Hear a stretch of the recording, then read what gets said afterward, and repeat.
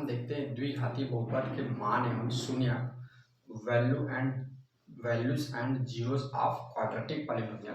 देखो बच्चों, quadratic polynomial चूंकि आपके सिलेबस में दिया है इसलिए क्वाड्रेटिक पॉलिनोमियल का बार बार यूज कर रहा है, बट आपको जो वैल्यूज होते हैं, मान होते हैं, वे सभी जितने भी पॉलिनोमियल होते हैं उन सभी पॉलिनोमियल के लिए लागू होंगे, उन सभी पॉलिनोमियल के लिए एक ही होते हैं।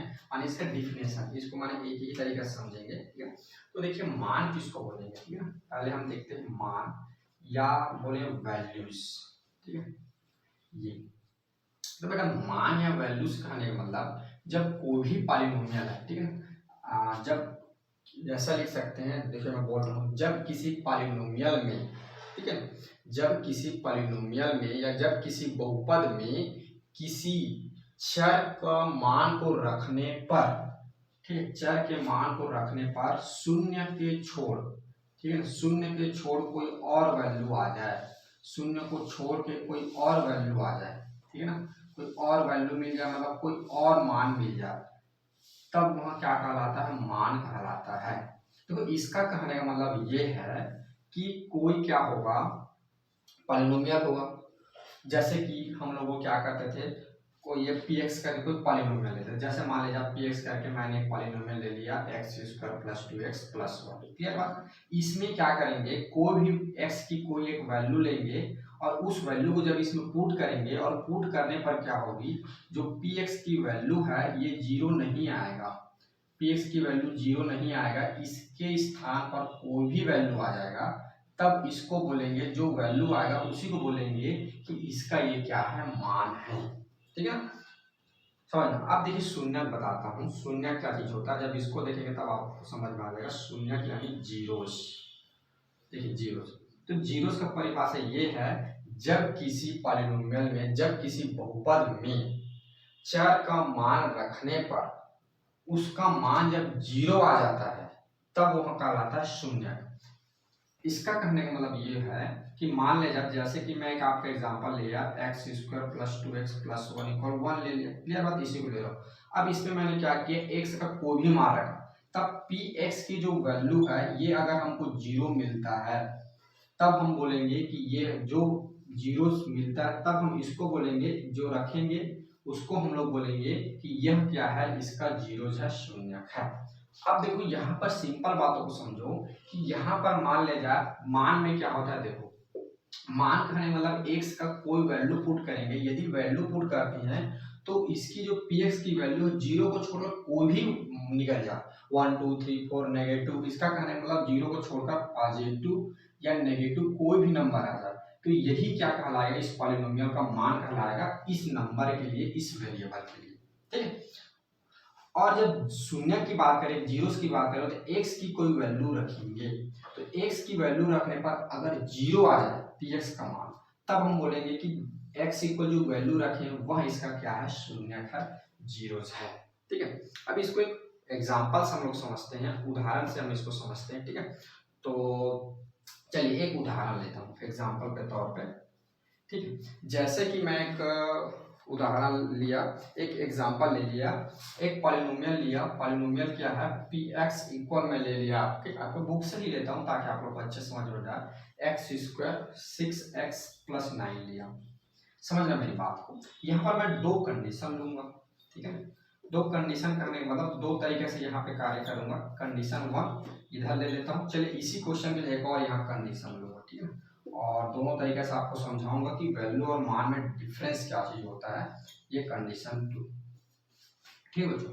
तो देखिए कंडीशन 1 के लिए मैं क्या करता हूँ, देखिए एक मैं क्या करता हूँ, डिविडेंड लेता हूँ, डिविडेंड माना कोई भी डिविडेंड मान लेता हूँ, माना एक मैं डिविडेंड लिया, वह है मेरा x इक्वल में ले लिया 1, समझना मेरी बात को, x सॉरी डिविडेंड लेंगे तो x इक्वल 1 तो रहेगा नहीं, ठीक है, डिविडेंड, अरे बेटा डिविडेंड इसको बोलते हैं जी, ये डिवाइजर होगा, सॉरी हिंदी में लिखता हूँ, चलो ये होता है भाजक, ठीक है, भाजक, ये तो डिविडेंड है ऊपर वाला का, ये क्या है, डिवाइजर, एक कोई डिवाइजर लेते हैं, gx ले लिए x माइनस 1, ठीक है, क्या लिया मैंने, x इक्वल लिया -1, समझना मेरी बात को, x इक्वल में ले लिया -1, और इधर मैं भाजक ले लेता हूँ एक भाजक ले लेता हूँ मैं, जी एक्स इक्वल ले लेता हूँ एक्स इक्वल -3। दो अलग अलग भाजक लिया। अब देखिए बच्चों, भाजक लेने कहने का मतलब इस पे हमें क्या करना है, इसकी वैल्यू को यहाँ पे पुट करना है। तो देखो आप लोग जानते हैं कि इसका हमें हल निकालने के लिए, आप लोग को बताया था, इसका हल निकालने के लिए हमको क्या करना पड़ेगा, इस x की वैल्यू को पुट करना पड़ेगा। तो x की वैल्यू यहाँ पर निकालते हैं। तो हम लोग मान लेते हैं कि जो gx है ये आपका क्या है, 0 है। तो gx आपका 0 होगा तो x इक्वल 1 की वैल्यू भी 0 हो जाएगा। तो यहाँ से आपका x का मान क्या निकल जाएगा, 1 निकल जाएगा। अब इस x के मान को इसमें पुट करते हैं px में। तो p1 पुट किए तो ये आ जाएगा आपका 1 का स्क्वायर माइनस 6 1 प्लस ये हो गया 9। ठीक है, अब आगे जब इसको सॉल्व करेंगे तो ये 1 आ जाएगा, ये माइनस का 6 आ जाएगा, ये हो जाएगा प्लस का 9। ये दोनों जब ऐड होगा तो ये दोनों ऐड हो जाएगा तो 10 हो जाएगा, -6 हो जाएगा, हल होगा तो आ जाएगा 4। तो ये देख पा रहे हैं p इक्वल 1 आपका आ रहा है 4। ठीक है, p इक्वल 1 क्या आ रहा है आपका, 4 आ रहा है। यानी इसको क्या बोलेंगे, हम मान बोलेंगे। ठीक है, इसको हम क्या बोलेंगे, मान बोलेंगे। कि ये बोल सकते हैं कि, ठीक, यहाँ पर आप देख पा रहे हैं, देखिए यहाँ पर आप देख पा रहे हैं x इक्वल 1 रखने पर p1 इक्वल कितना आ रहा है, 4 आ रहा है। x इक्वल 1 रखने पर p1 की वैल्यू कितना आ रहा है, 4 आ रहा है। अतः यहाँ पे क्या होगा, x इक्वल 4 बहुपद px का एक मान है, px का एक मान है। ठीक है, यहाँ पर ये बोल सकते हैं कि यह इसका एक क्या है, मान है। x इक्वल 4 क्या है, बहुपद p इक्वल 2 का एक मान है। ठीक है ना, बहुपद का मान है। ठीक है, तो यहाँ पे क्या है, x इक्वल 4 बहुपद px का एक मान है। या ऐसा नहीं लिखेंगे बेटा, x इक्वल 4 लिख दूंगा, इधर x इक्वल 1 लिखा हूँ तो मैं गलत नहीं लिखते। यहाँ पे बोलेंगे कि जो 4 है 4 है, ऐसा लिखते हैं। अतः 4 बहुपद px का मान है। ठीक है, समझना, इसको मान है, इसको ये इसका मान है। p क्या है, p4 नहीं 1। ठीक है ना, x इक्वल 1 क्या है, यहाँ क्या है, बहुपद का एक मान। ठीक है, मेरे से गलती ये हो रहा है, देखिए मैं पुनः आपको बातों को समझा रहा हूँ। ये जो px एक क्या लिए, हमने एक पॉलिनोमियल ले लिया। इस पॉलिनोमियल में मैंने क्या किया, भाजक gx इक्वल x इक्वल 1 रखा। जब gx की वैल्यू 0 रखा तो मुझे x की वैल्यू 1 निकल गया। जब इसको मैंने इस पे रखा तो देख पा रहे हैं यहाँ पे 0 नहीं, आगे क्या आ गया, p1 की वैल्यू 4 आ गया। तो यहाँ पे x इक्वल 1 रखने पर क्या है, p इक्वल 1 मिल रहा है। अतः x इक्वल 1, ठीक है, 4 को नहीं बोलेंगे यहाँ पे, x इक्वल जो 1 आएगा, x इक्वल 1 यानी x के जो वैल्यू रखे हैं यह क्या है, बहुपद का एक मान है। या इसी को ऐसा भी बोल सकते हैं, x माइनस 1 बहुपद का एक मान है। क्योंकि देखो x माइनस 1 हमने क्या लिया, भाजक लिया हुआ है, डिवाइजर लिया हुआ, इसी तो वैल्यू हमने यहाँ पे पुट किया। तो x इक्वल 1, या ऐसा बोल सकते हैं x माइनस 1 एक क्या है, बहुपद का मान है। क्योंकि इसको इधर ले आऊंगा तो इस तरह से बन जाएगा gx इक्वल फॉर्म में, तो x इक्वल 1 इसको नहीं लिखेंगे तब भी चलता है। ये क्या है, बहुपद का एक मान है। ठीक, अब देखिए इसको समझाता हूँ कंडीशन नंबर 2। कंडीशन नंबर 2, यहीं पर भी सेम प्रोसेस, हमको तो क्या करना है, 0 की इक्वल लेना पड़ेगा। 0 की इक्वल ले लेंगे तो ये क्या आ जाएगा आपका, x -3 इक्वल 0 हो जाएगा। जब इसको आगे सॉल्व करेंगे तो x की वैल्यू निकल जाएगा प्लस का 3। अब इसको क्या करना है, इसी में पुट करना है। ठीक है, ये x इक्वल 3 की वैल्यू को भी इसी पे पुट करना है। ठीक है, इसी पॉलिनोमियल में तो पुट करेंगे तो p इक्वल ये हो जाएगा 3, तो ये आगे चला जाएगा 3 का स्क्वायर -6 3 प्लस ये हो जाएगा 9। अब आगे सॉल्व करेंगे तो ये हो जाएगा 9, ये हो जाएगा 6 दूनी 12 6 3 18 प्लस हो जाएगा 9 9 इन दोनों ऐड हो गया तो ये हो जाएगा 18, ये हो गया -18, ये दोनों ऐड हो तो 18 आ गया। ये आ गया 0, तो p3 की वैल्यू आपको मिल गया 0। देखिए यहाँ पर क्या हो रहा है, x इक्वल 3 रखने पर p3 की वैल्यू आपको क्या मिल रहा है, 0 मिल रहा है। ठीक, अतः आप बोल सकते हैं कि x इक्वल 3 बहुपद px का शून्यक है।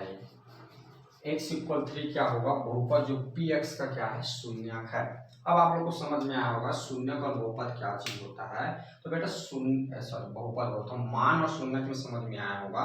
तो मान क्या है कि कोई भी बहुपद में मान ले जाए एक्स की कोई वैल्यू पुट कर देते हैं, कोई भी बहुपद में एक्स की कुछ भी वैल्यू पुट करते हैं, अगर पुट करने पर अगर बहुपद क्या है पी एक्स इक्वल कोई बहुपद दिया हुआ है, कोई पॉलिनोमियल दिया हुआ है, उस पॉलिनोमियल में एक्स की जगह पर क्या करते हैं कोई वैल्यू पुट करते हैं। अगर पुट करने पर अगर वो जीरो की इक्वल ना आए, कुछ वैल्यू मिल जाए तो वह मान कहलाएगा। यानी बोल सकते हैं एक्स इक्वल 1 के लिए बहुपद की कितना मान प्राप्त होता है 4।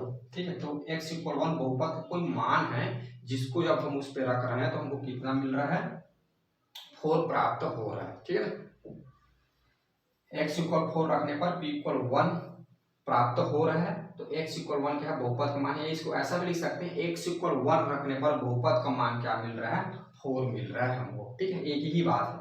यहाँ पर देखा जाए तो जब क्या कर रहे हैं P3 को जब रख रहे हैं 3 को जब रख रहे हैं x की जगह तो ये 0 आ गया, यानी x इक्वल 3 बहुपद का शून्यक होगा।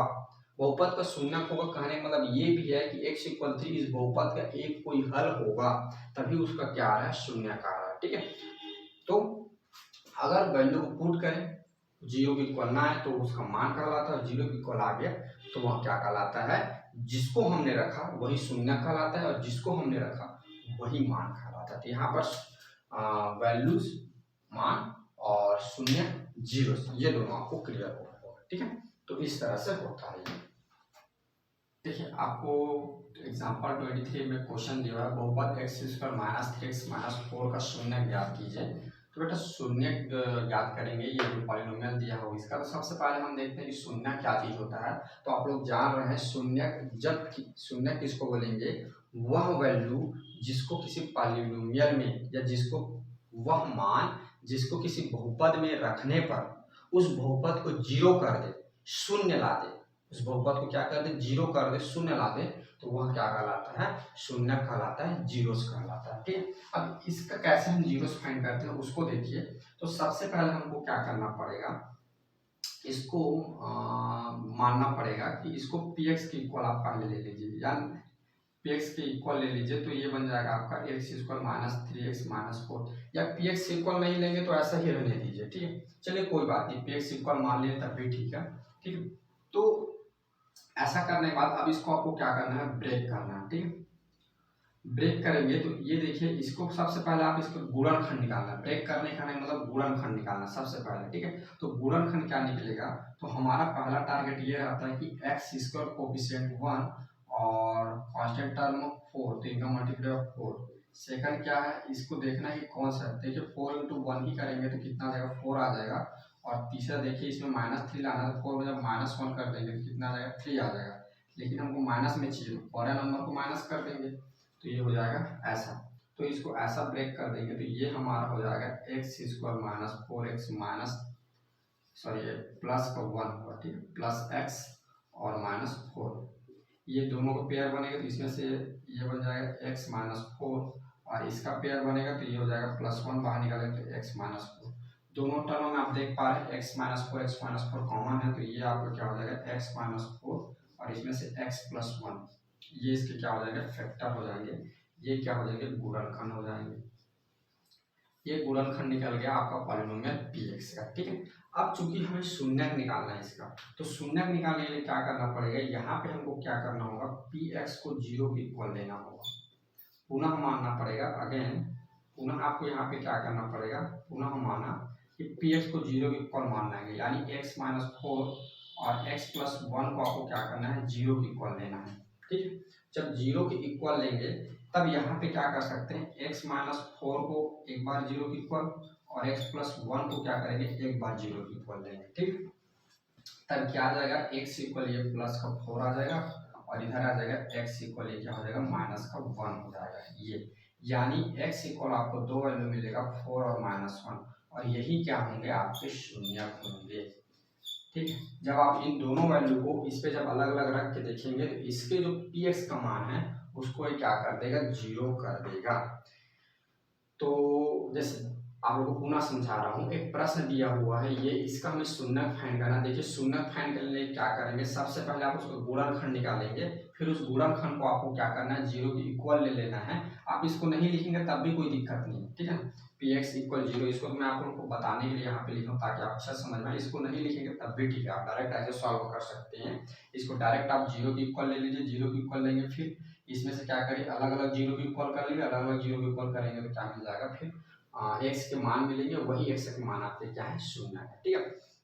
देखिए बच्चों, ये तो बात रही जब आपको कोई बहुपद दे दिया तो वो आपको क्या कर दिए, शून्य निकाल दिए, ठीक है। अब देखिए यदि प्रश्न कुछ ऐसा रहे कि आपको शून्य दे दिया है और बोले कि आप गुणनखंड निकालिए, ठीक, गुणनखंड यानी जीरो आपको दिया रहे और बोले कि भैया आप फैक्टर फाइंड करिए, तब कैसे निकालेंगे। देखिए तो आप लोग को पता होगा कि कोई भी बहुपद का शून्य निकालने के लिए हम क्या करते हैं, थोड़ी सी बातों को देखते हैं। बहुपद का शून्य निकालने के लिए हमने क्या किया, यहाँ पे जब बहुपद का हमने शून्य निकाला ये, तो हमने क्या किया, इसके जो गुणनखंड थे, इसके जो गुणनखंड थे उसको हमने क्या कर दिया, उसके गुणनखंड को हमने क्या कर दिया, जीरो के इक्वल किया। मतलब मेरी बात को कि अगर शून्य निकालना था बहुपद का तो गुणनखंड को हमने क्या कर दिया, जीरो के इक्वल कर दिया। अब इसी बातों को इस तरह से समझो जैसे कि मान लिया जाए ये 4 और -1 ये क्या है, शून्य है। समझ लो मेरी बात को, ये शून्य है। अब इसका गुणनखंड फाइंड करने के लिए बोले, इसका कहने का मतलब आपका x इक्वल 4 एक वैल्यू आया होगा और x इक्वल -1 एक वैल्यू आया होगा। समझना बात को कि बहुपद का मैं क्या बताना चाह रहा हूँ, अगर शून्य बोले और आपको फैक्टर फाइंड करने को बोल दिया जाए, मैंने शून्य दे दिया रहे और फैक्टर निकालो बोले, तो पहले ये सोचो कि आपने शून्य कैसे निकाला। तो शून्य आपने निकाला बच्चों कि जो गुणनखंड दिया है उसको आपने जीरो के इक्वल किया, यहाँ पर देखिए। फिर उसके बाद आपने क्या किया, एक्स का मान निकाला। तो यहाँ पर मैंने लिखा कि 4 -1 शून्य है, तो यानी एक्स इक्वल 4 आया होगा, एक्स इक्वल -1 आया होगा। क्लियर बात।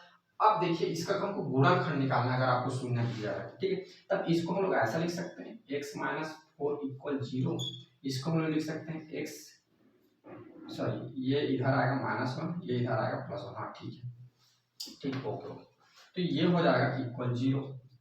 अब देखिए ये दोनों जीरो के इक्वल है, तब हम इसको एक साथ मिला लिख सकते हैं, x - 4 और x + 1 इक्वल लिख सकते हैं 0, ठीक है। तो ये क्या मिल गया, ये आपका मिल गया गुणनखंड, ठीक है ना, गुणनखंड मिल गया, ठीक, क्या मिल गया, गुणनखंड मिल गया, ठीक है। एक साथ इसको ऐसा लिख सकते हैं, मैं जीरो आपको बताने के लिए लिखा हूँ, लेकिन गुणनखंड में जीरो नहीं होता है, जीरो को आप हटा देंगे, ठीक है। तो यहाँ पर इसका गुणनखंड क्या आ जाएगा, x - 4 और x + 4 आ जाएगा। समझ में आया। इसको उल्टा करना है, इसको इधर ले जाइए, इसको इधर ले जाइए और इसको ऐसा कर दी तो एक गुणनखंड हो जाएगा। अब देखिए अगर इसके आगे आपसे पूछ दे कि इसका बहुपद कैसा बनेगा, अगर आपसे अगर बहुपद पूछ दे, तो मान लीजिए आपको शून्य ही दे दे, बहुपद पूछ दे, तब गुणनखंड तो आप पहुंच गए। अब इस गुणनखंड को आगे सॉल्व कर दीजिए। देखिए x - 4 और x + 1 दिया है, तो इसका इसके साथ मल्टीप्लाई कर देते, ये हो जाएगा x²। इसका जब इसके साथ करेंगे तो x - 4 x के साथ -4x, इसके साथ इसके साथ करेंगे तो क्या होता है -4। आगे सॉल्व करेंगे, ये हो जाएगा x², ये दोनों सॉल्व करेंगे तो ये देखिए x - 4x, तो बेटा ये हो जाएगा आपका -3x - 4। क्लियर बात। आगे तो ये क्या निकल गया, यही आपका बहुपद आ गया। बहुपद क्या हो गया आपका, बन गया x² - 3x - 4। ये देखिए सेम इसके इक्वल आया, x² - 3x - 4। यानी मेरी बातों को समझना। पुनः मैं आपको प्लीज बता रहा हूँ, अगर आपको शून्य फाइंड करने बोले तो उसमें क्या करिए, आप गुणनखंड निकालिए, गुणनखंड निकालने के बाद उसको जीरो की इक्वल कर दीजिए, आपको x की वैल्यू मिल जाएगा। लेकिन इसी को मान लो उल्टा बोल दे आपसे, अगर आपको दे दे शून्य और आप गुणनखंड निकालिए, तो क्या करेंगे आप, उसको क्या करेंगे, x की इक्वल मान लेंगे, फिर उसको इधर ले आएंगे, फिर जीरो, इसको इधर लाएंगे जीरो, तो दोनों के एक साथ जीरो की इक्वल लिख सकते हैं। लेकिन गुणनखंड में आप लोग को पता है कि जीरो की इक्वल नहीं लिखते, तो इस जीरो को हटा देंगे, क्या होता है आगे उसका अगले टर्म होगा, ठीक। जीरो को जब हटा देंगे तब इसके आगे फिर क्या हो जाएगा, ये आपको गुणनखंड मिल गया। अगर आपसे पूछ दो बहुपद फाइंड करिए, तो बहुपद निकालने में क्या करेंगे, इन दोनों को मल्टीप्लाई कर देंगे, मल्टीप्लाई करने के बाद जब आएगा आंसर यही है इसका, क्या हो जाएगा, बहुपद हो जाएगा। तो बेटा देखो इसको ऐसा पूछे तो ऐसा काम कर सकते हैं, अगर इसी को उल्टा पूछे तो ऐसा भी कर सकते हैं। तो इस बात को याद रखना, आपके प्रश्न दो तरीके हिसाब से बनेंगे, एक तो सीधा पूछेगा शून्य निकाल, एक तो उल्टा पूछेगा शून्य दिया रहेगा बाकी सबको पूछेगा। तो आपको दोनों तरीके से बनाना आना चाहिए, ठीक है।